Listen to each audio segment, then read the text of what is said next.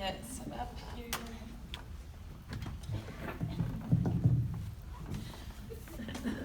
All right, so as Kelly said, my name is Lisa, and I'm very excited to speak to you this morning and share with you what the Lord has done in our lives in the past 4.5 or so years. I wanted to give you a little bit of a picture of who I am. So I'm from California. I say that first because it's going to explain a lot of who I am, because those are all my favorite things. Avocados in and out, oranges fresh from the orchards, tri-tip, which you can't get here. Mount Shasta is the mountain by my house, one of them, and the ocean, which we do not have here. But yet I moved here and I mostly love it. I just hate winter. I went to Azusa Pacific University in Southern California, and I studied political science and history. Really? Wow! Sounds like a coffee date. I moved to Pennsylvania in 2008, kind of on a whim. It's a long story. I'm 36. I've been married 8 years to my husband, Brennan. I am the mom of 3, Tori, Isaiah, and Caleb. Isaiah and Caleb are identical 8.5-month-old twins. I found out recently that I'm an Enneagram 1, and I kind of hate it, so I'm dealing with that, but I can't deny it. I'm also an introvert, but I'm an extroverted introvert. And on the side, I'm a worship leader and a photographer. So that's a very brief picture of who I am, since most of you don't know me yet. Brendan and I met when I moved here. We met 9 months after I moved here. And we got married in 2010 in California. It was November, and you can see that it was nice and warm. And then in July of 2014, we had our firstborn, Tori. Before I go into this any further, I want to offer a couple of disclaimers. One, I have 8.5-month-old twins that don't sleep. So if I say anything that doesn't make sense, you can ask questions later, because I've kind of lost my ability to be super articulate. I'm sure all of you can understand, but they hate sleep. So anyway, and then also, I can't even remember what their second disclaimer was. So there we go. This is how this is going to go. Anyway, okay. So we had Victoria on July 30th, 2014. This is going to be a very brief version of our story. Then I will have a little intermission about what we advocate for now. And then I'm going to share with you the most important part of all this, which is how you can grow your faith and choose joy even when the unimaginable happens. So Tori was born healthy and strong. We chose her name because it means victorious, and we knew that through Jesus she would be victorious. She grew and she developed and brought so much joy to our lives. That was her as a newborn. She was on the smaller side, but it wasn't a major concern, and we had no reason to believe that she was anything but normal. That was when she was 4 months old and 5 months old. So she had huge eyes. So on January 6, 2015, when she was 5 months old, I took this picture of her, which is now the most well-known picture of her. I had just received that polka dot headband in the mail, and I thought she looked adorable in it.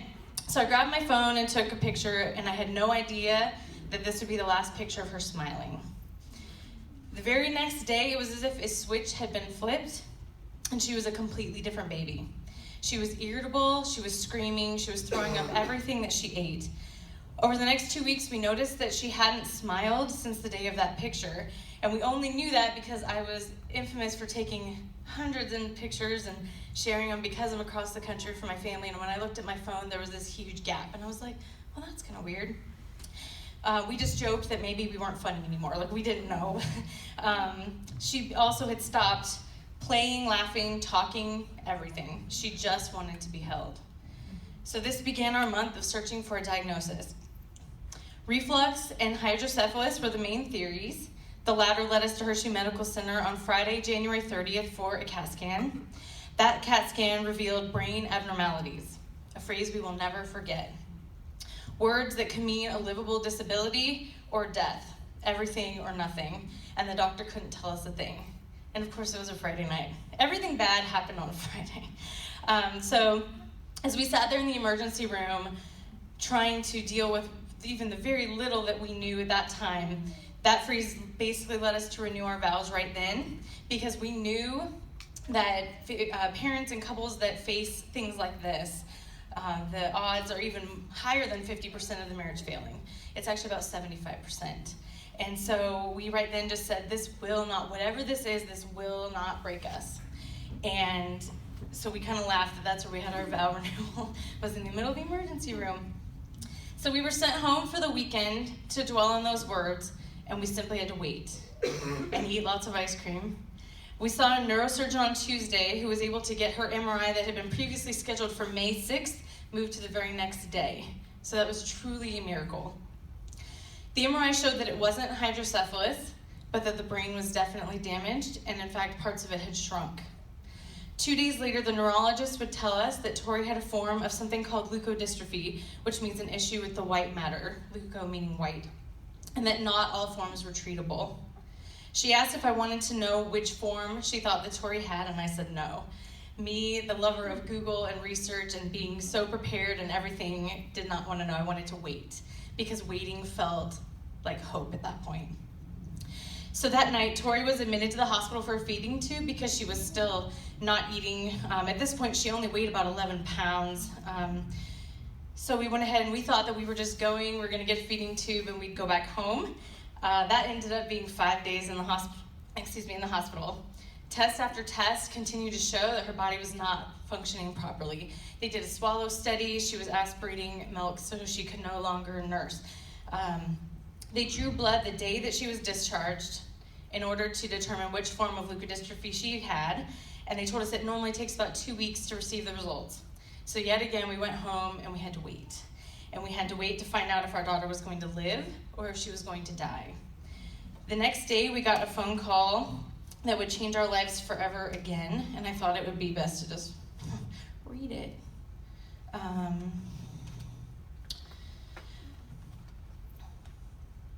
So when we received a phone call less than 24 hours later, on Friday, February 13th, we knew that this was either really good or really bad news, and we had a feeling we knew which type it was.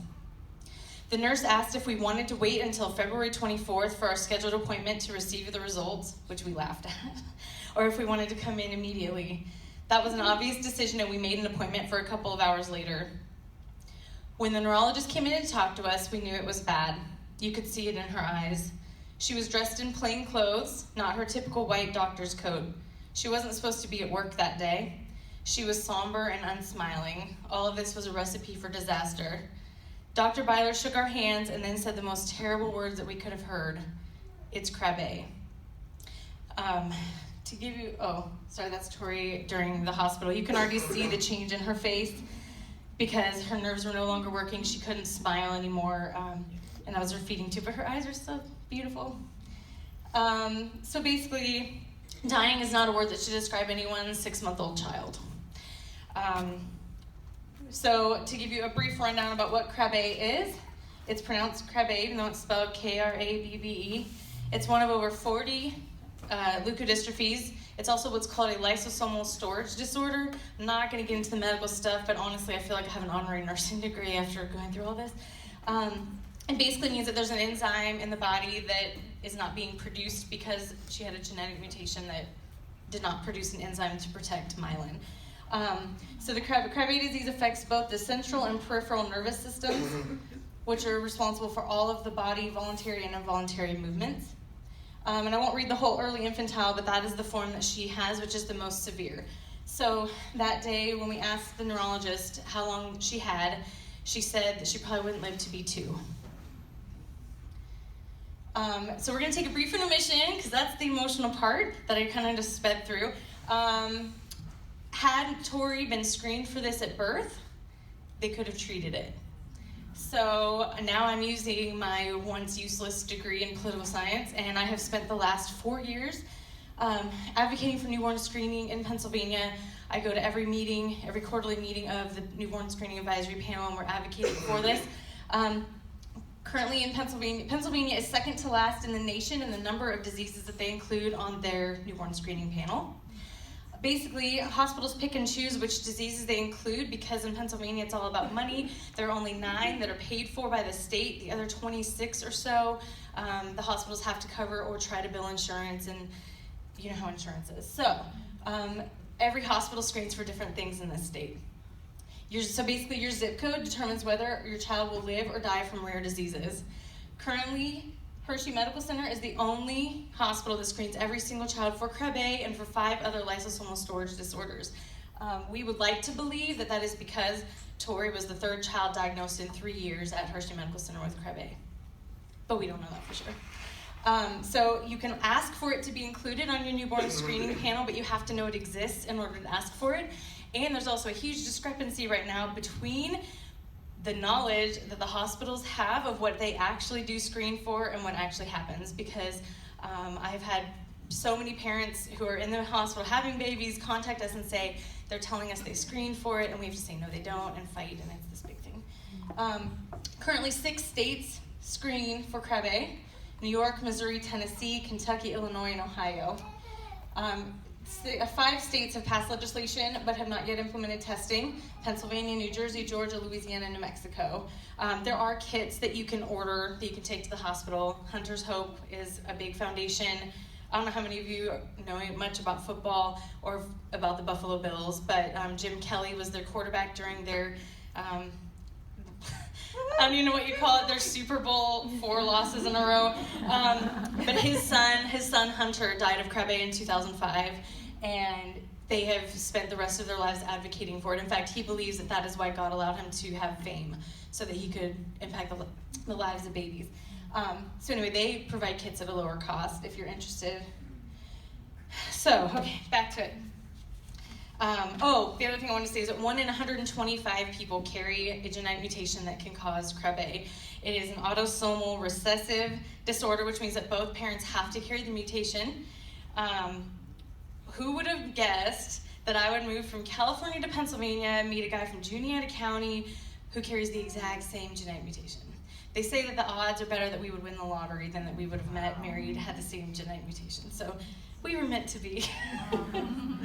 And obviously I am kind of speeding through this. That was my other disclaimer I remembered, because it took me almost 300 pages to tell our story, so trying to tell it in 30 minutes is challenging. So anyway, back to diagnosis day. That was definitely the worst day of our lives. That is when we truly started the grieving process, because not only were we told that our precious daughter was going to die, and there's absolutely nothing that we could do about it, but we were also told that we shouldn't have more children because of the likelihood of them also having Krabbe. Even though it's only a 25% chance per pregnancy that we would pass it on, Krabbe seems to defy the law of genetics, and it tends to repeat itself, and they don't know why. I began to blog. I've been blogging since 2003, but I really began to blog during all of this, just really raw stuff, raw emotions, desperate, faith-filled prayers, just pleading with God. And that started to resonate with people, and her story actually spread around the world. On Diagnosis Day, there was over 150,000 people around the world that saw the post, and it just began to spread like wildfire. So we started a Facebook page that was still active, and we figured that would be the best way to let God use this, is to be open about it and not just keep it inside and just dwell on it, because who knew what he was going to do with it. So as I was praying and blogging, sometimes I spoke and wrote those words as a reminder to myself, honestly. I wrote about all the times I had seen God work, all the amazing times he had intervened, and I prayed that this would be the grandest of them all. I tried to convince God that his healing her would be the best path because of all the doctors and nurses who would be astounded, as if I knew better than he did. It's funny how we react in crisis mode. One of the things that I wrote was that fear is easy, but hope is excruciating. It felt so scary to hope. It was vulnerable, it hurt, and it required faith that felt impossible. During all of this, we were also still adjusting to medical equipment, new schedules, medications, appointments. It was harder than I can express. We took it one day at a time and just tried to survive our new reality. We took a trip to Pittsburgh because there are only 2 specialists in the whole United States that deal with Krabbe very well. One happens to be in Pittsburgh, so that was awesome. We hopped on the train because Tori hated being in the car at this point. It hurt her. So we got on a train to Pittsburgh, and that again brought hope because we were going to find out if she was transplant eligible, if there was any chance that we could do a transplant and save her life. Which is, I forgot to say that. If they catch it within the first 30 days of life, they can do a bone marrow transplant, which requires chemo, which requires like a huge hospital stay and a very risky procedure, even for adults, but it has a 90% success rate. So we were hoping that we could somehow miraculously fit into that category, but we did not. And we were happy that the specialist doesn't just do that to every baby, because honestly, like, it could have killed her, and it wouldn't have actually helped her at this point because she was symptomatic. So about a month after diagnosis, we made a choice that absolutely changed how we live. We chose faith and we chose joy. We realized that she deserved more than 2 grieving parents who were miserable. She deserved to experience as much of life as we could give her. So I know this is really small and it turned out to be gray, but we created a bucket list for her. And it grew as people gave us ideas and as people even offered to pay for things, but we did 50 bucket list items with her. Adventures that they ranged from even like little things like that every kid should do, like playing in a mud puddle, play in leaves, to go to Disney World, which a foundation paid for, and take her to the Grand Canyon. Like, so we got to do some really grand things with her, and we have absolutely no idea what she got out of it, but it was good for us, if nothing else. So like I said, we accomplished 50 adventures. She flew 22 times. She went to 15 states. And we have so many priceless memories now with our baby girl. The 14 months after diagnosis were filled with increased care, difficult decisions, additional medical equipment in our home, but we kept having these fun moments. So that's us at the Grand Canyon. Funny little story about that. Right before that picture was taken, an older woman came up to us and said, "Don't you know that headbands are bad for children?" And I looked at her and I said, "She's fine, thanks." And later I found out my husband wanted to say something, but he thought I'd get mad. I totally wouldn't have. He wanted to say, "Well, she's dying anyway, so what does it matter?" It feels terrible to laugh about, I'm sure, but don't, because you have to find humor in the weird things. And I wish he would have said that, because she would have been speechless. Anyway, then that's us getting a pedicure, a mother-daughter pedicure. That was only, I think 3 months until she went to heaven. That's us in New York City. I had a photo shoot as a surprise for Brennan done in my wedding dress because I knew she'd never get to wear my wedding dress. That's us feeding giraffes. So giraffes were actually her thing, and it started all because of one just like this, which happened to be on the table this morning, and I thought, oh, I'm going to take this. We have 4 of them in our house, but she loved this giraffe because it lights up. She only liked the light. She didn't care about the music. So even when she stopped being able to communicate, she could communicate enough to tell me that that light went off, and it was hilarious. I have it on video. She would just whimper, and I'd turn the light on, and she'd be happy. The light only stays on for 5 minutes, so that was a big part of my job. Anyway, so because she always had this giraffe, almost always, in pictures with her, we started receiving giraffes from literally all over the world. Anything giraffe related, for better or for worse. So we received almost 200 stuffed giraffes that are all unique. I'm not kidding you, they were all different, and I didn't even know that there were that many unique stuffed giraffes in this world, but there probably are more. And so we actually just gave them to the teddy bear toss that the Hershey Bears do in December, because we realized they're just sitting in plastic containers in our garage. They're not bringing joy to anybody. So we gave 109 of the giraffes to the teddy bear toss so that they can bring kids joy. But that's why there's a giraffe here. All right. So this whole time, we remained hopeful that the Lord would heal her. Let me see what's that. Oh, sorry, that was watching the sunrise over the Atlantic, kayaking on the Susquehanna, and jumping in a mud puddle. That's what those were. So we did a whole bunch of really fun different things. So anyway, 1 year after diagnosis, Tori began having what we called blue episodes. That meant that her oxygen saturation was dropping. She was on a pulse ox by this time. She was on continuous oxygen. And her sats would drop, anywhere. At the beginning, it was not super low. Like, your oxygen's supposed to stay at the very least 80% to 100%. Hers would go down to 60, 50. And she would act like she was breathing, but she wasn't. And so we knew that that meant that the brainstem was being affected. The brainstem controls all of your involuntary bodily functions. And so we knew the end was drawing near, but we didn't know how long it was going to be. So we had planned for a trip to California, a last trip in March. We were supposed to leave March 17th, and I was so excited to go because I needed to go. I needed to be with my family, and we also had more bucket list things planned for her in San Francisco and things like that I had visions in my mind of the pictures that we were going to take, and so I really wanted to go. 4 hours before we were supposed to get on that plane, her specialist in Pittsburgh called me and said, "You cannot take her on that plane." Because she had developed a little bit of hydrocephalus, which is extra fluid in the brain, she said that the pressure from the flight would kill her. So I was so frustrated. I was like, no, we are going. And I called my husband at work, and I said, we're going to drive. I said, it's absolutely crazy, but we're going to load up the van. We don't even have to keep her in a car seat because who cares? Like, what if a state trooper catches us? Don't care, because she's dying and she had to lay on her side at that point. I was like, we'll just put her in the back seat. One of us will sit back there. We'll drive 40 hours. Like, we'll just go. So we made it to Cleveland. 5 whole hours we made it, and I just couldn't do it because one of the things that I also didn't say was that she never slept either. We now know that was neurological, because sleep is neurological, and she actually wasn't able to sleep, but no one told us that while she was alive, and so I had 20 months of severe sleep deprivation. So we got to Cleveland. I couldn't go any further. It was also March, and there were snowstorms over the Rockies, and there were just all these different things that God was saying, you need to just go home. So I was like, fine. So we turned around and we came home. My parents just happened to get their tax refund that next Monday, and so they said, we're going to fly out, we're going to rent an RV so Tori's comfortable, and we'll go to New England, because my dad, we have this contest in my family to go to all 50 states, and he needed New England to win. So we went on an RV trip around New England, and it was great. Brendan kept his vacation time, so he was home for 10 days.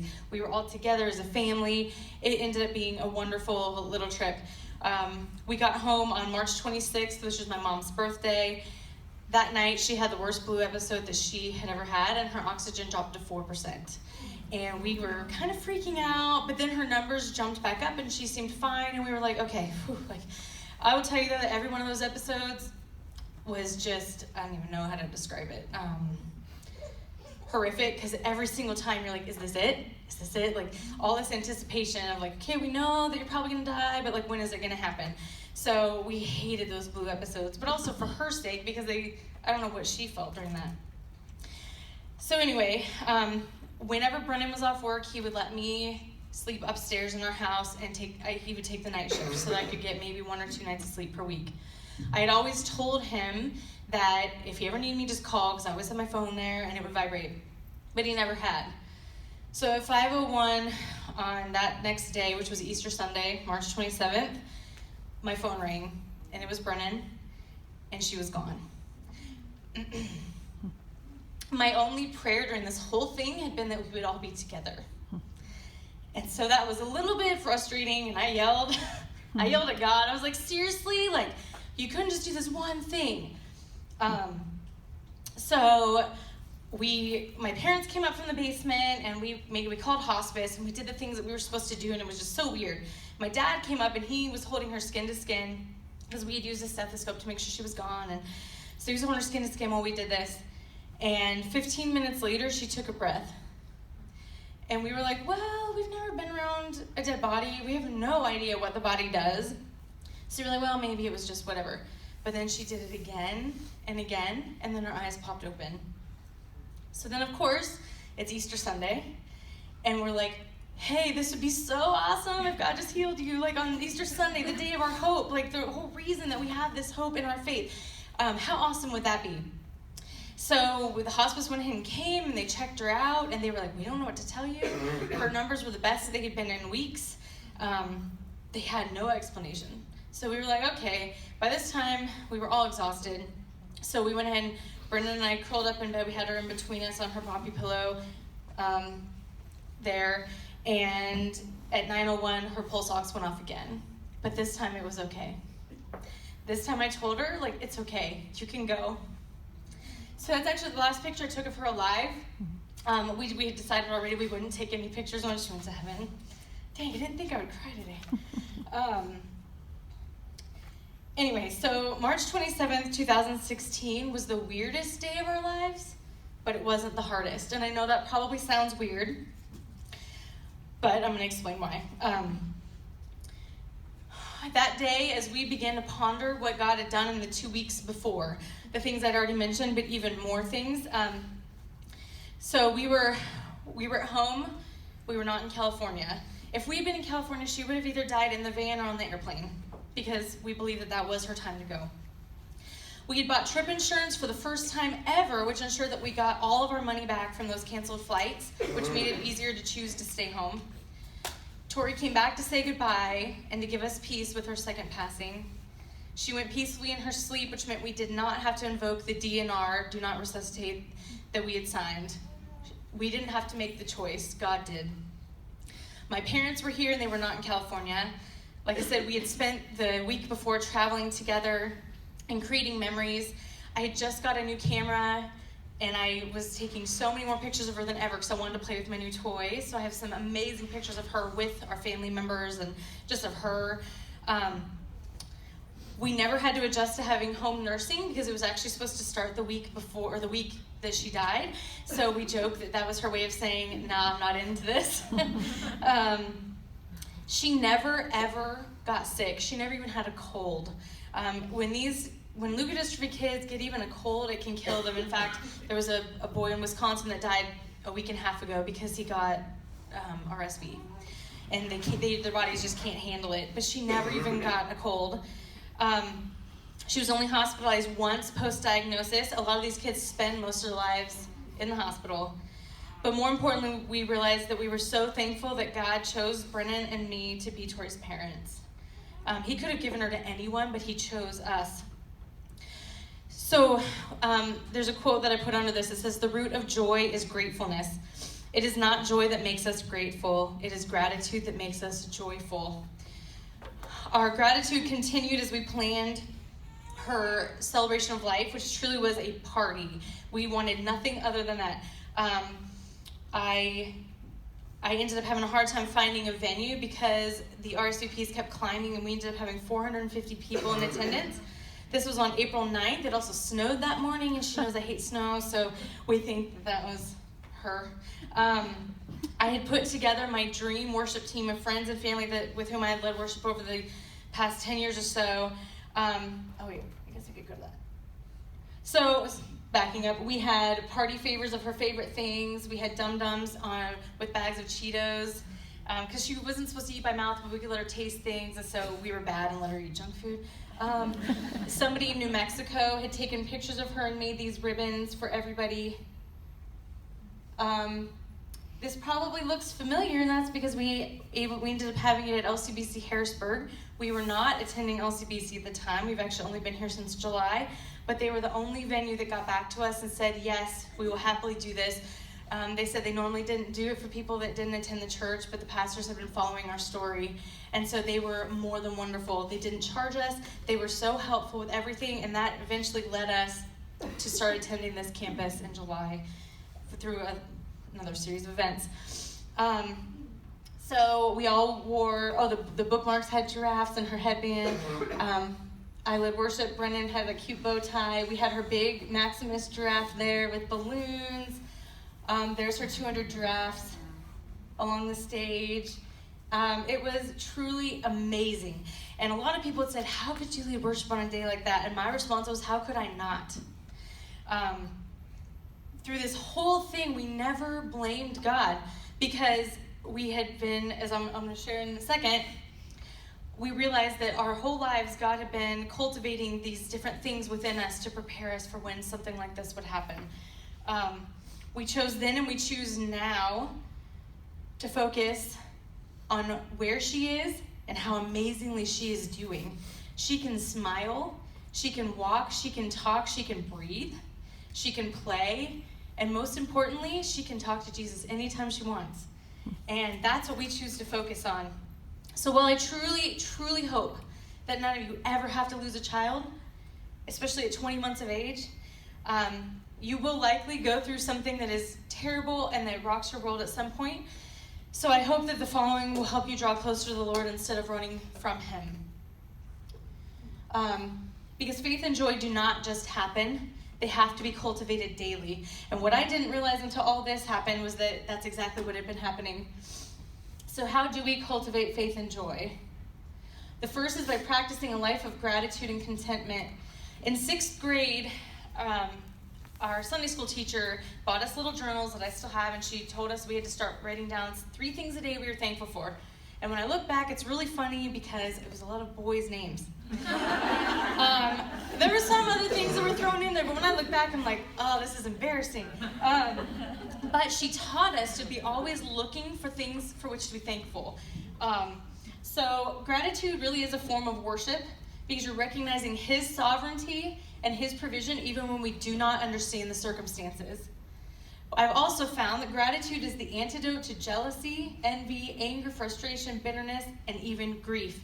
Because if you are more focused on being thankful and finding ways that you can even reframe the situation to be thankful for something, it eases all of that.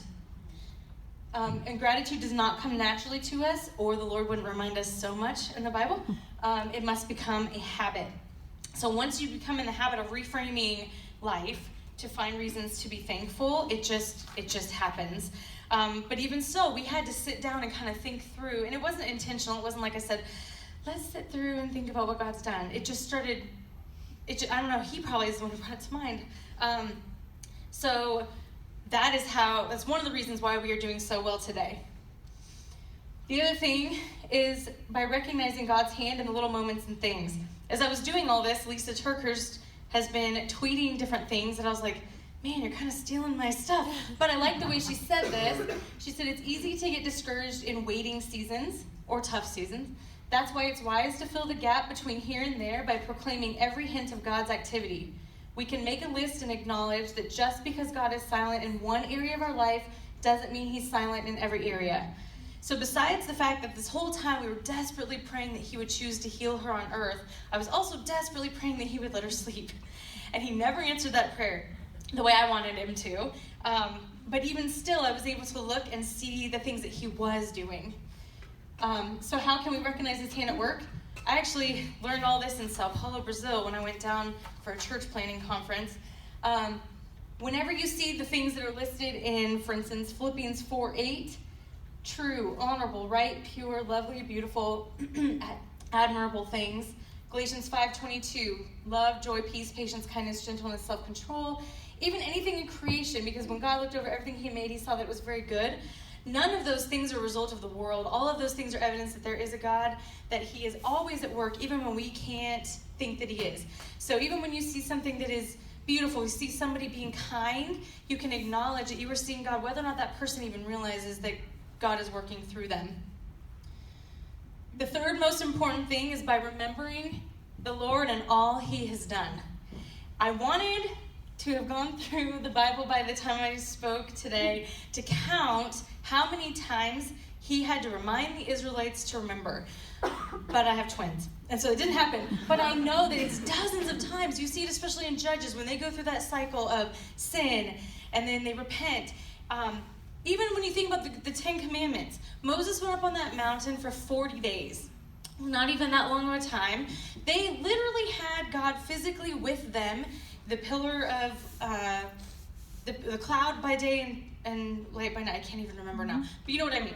God was physically with them. He was feeding them with manna from the sky. Moses goes up for 40 days, and what do? They make a golden calf and they worship it.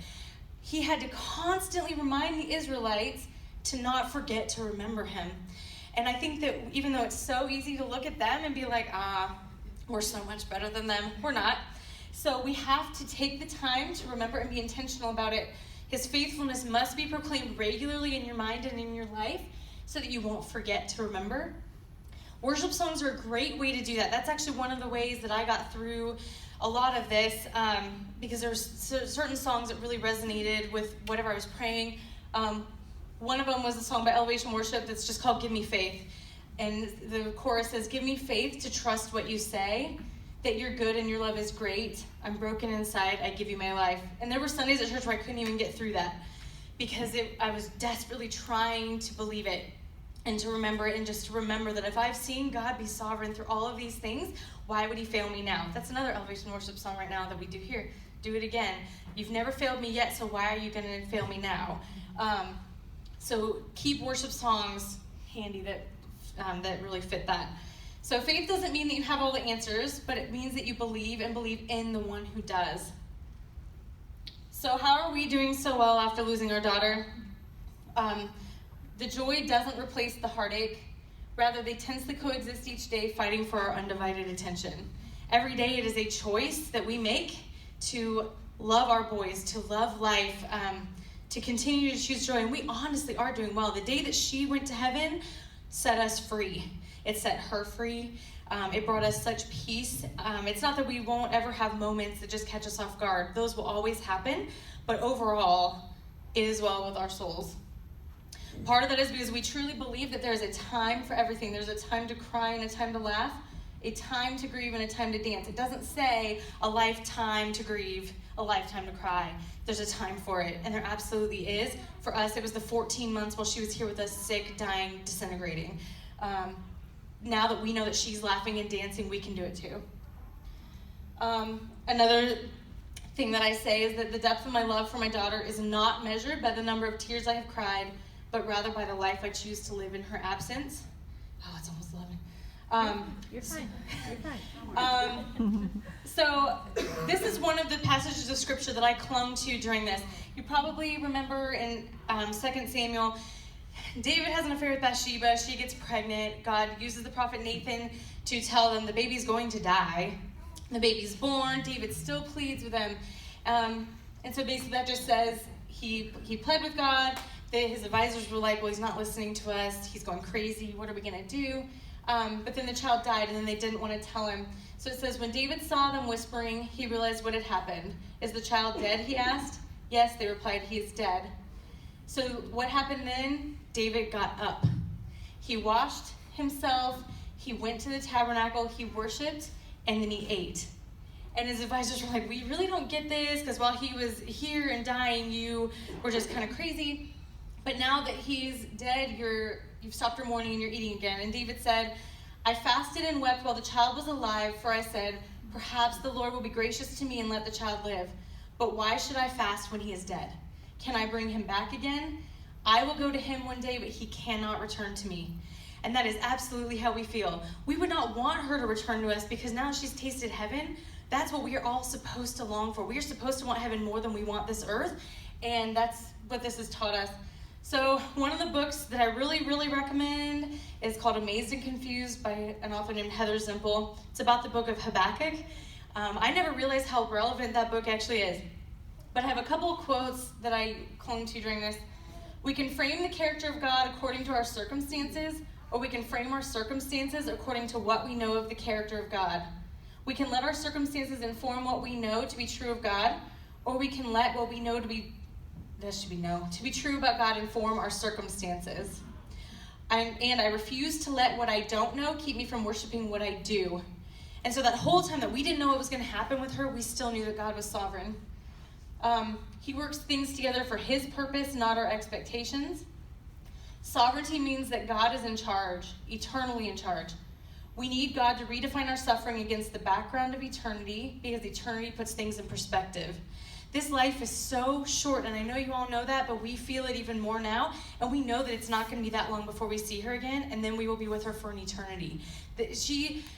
From what we understand about heaven through all of our study about this now, it may not even seem like any time has passed at all to her, because God talks about how 1,000 years is like a day. So we have no idea, but we think that it's just going to be like, oh, hey, like we saw you yesterday.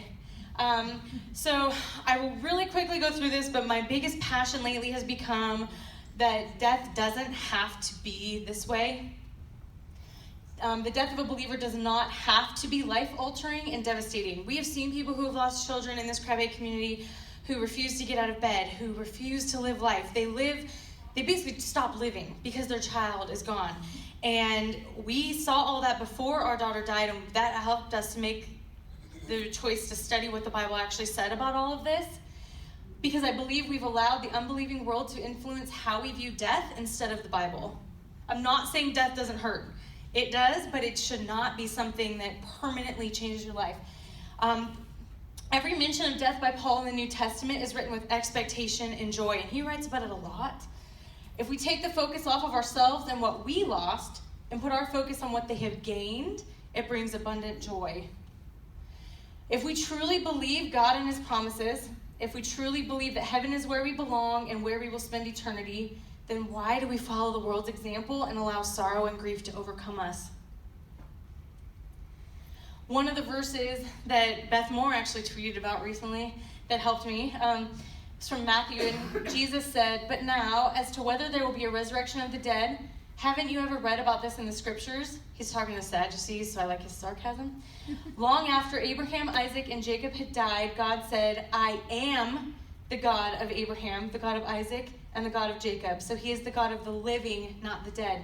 All of them, Tori, everybody, every believer that has gone before us is more alive now than we are. They're alive. He's the God of the living. And that brings us so much hope. So there are some more scriptures that talk about death and joy and not grieving like the world grieves. So my last quote is from Narnia. If you haven't read The Last Battle, I highly recommend it because it's all about heaven and it's amazing. So he said, "All their life in this world and all their adventures in Narnia had only been the cover and the title page. Now at last they were beginning chapter 1 of the great story which no one on earth has read, which goes on forever, in which every chapter is better than the one before." So we were told that we couldn't have more, or we shouldn't have more children, and so we decided to go about it wisely. We went ahead and did IVF. The embryos were genetically tested. We put in 2 embryos, a boy and a girl, in September of 2017. God has a sense of humor. We ended up with identical boys. Not a boy and a girl, identical boys, but they are absolutely Krabbe free. They don't even carry the gene.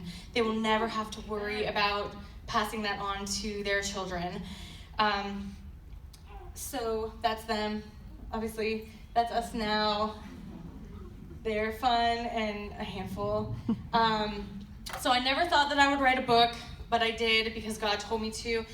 And so it is available on Amazon. We are going to give away 2 today. There's also a 45-minute documentary that was made about Tori and her life that's on YouTube if you search for Tori's Triumph. Those are our social media pages because we do still keep them open because we know that God's going to do something big with all of this. We just don't know what it is. So even if it is just that we encourage one person, we're happy with that. But the title of our book was derived, my book, was just derived from the beloved hymn and as well with my soul. The brief history of that is that he lost all 4 of his daughters in a shipwreck at the same time. And if he could write a song like that that was this meaningful, we knew that we could get through it. So that's why we said, even so, we will choose joy, because it truly is well with our souls. And that's our blog if you want to follow the journey. So my prayer is that you can truly learn to cultivate faith, to cultivate joy, because it is worth it. We obviously will miss Tori every single day, but we know that we'll see her again, just not yet.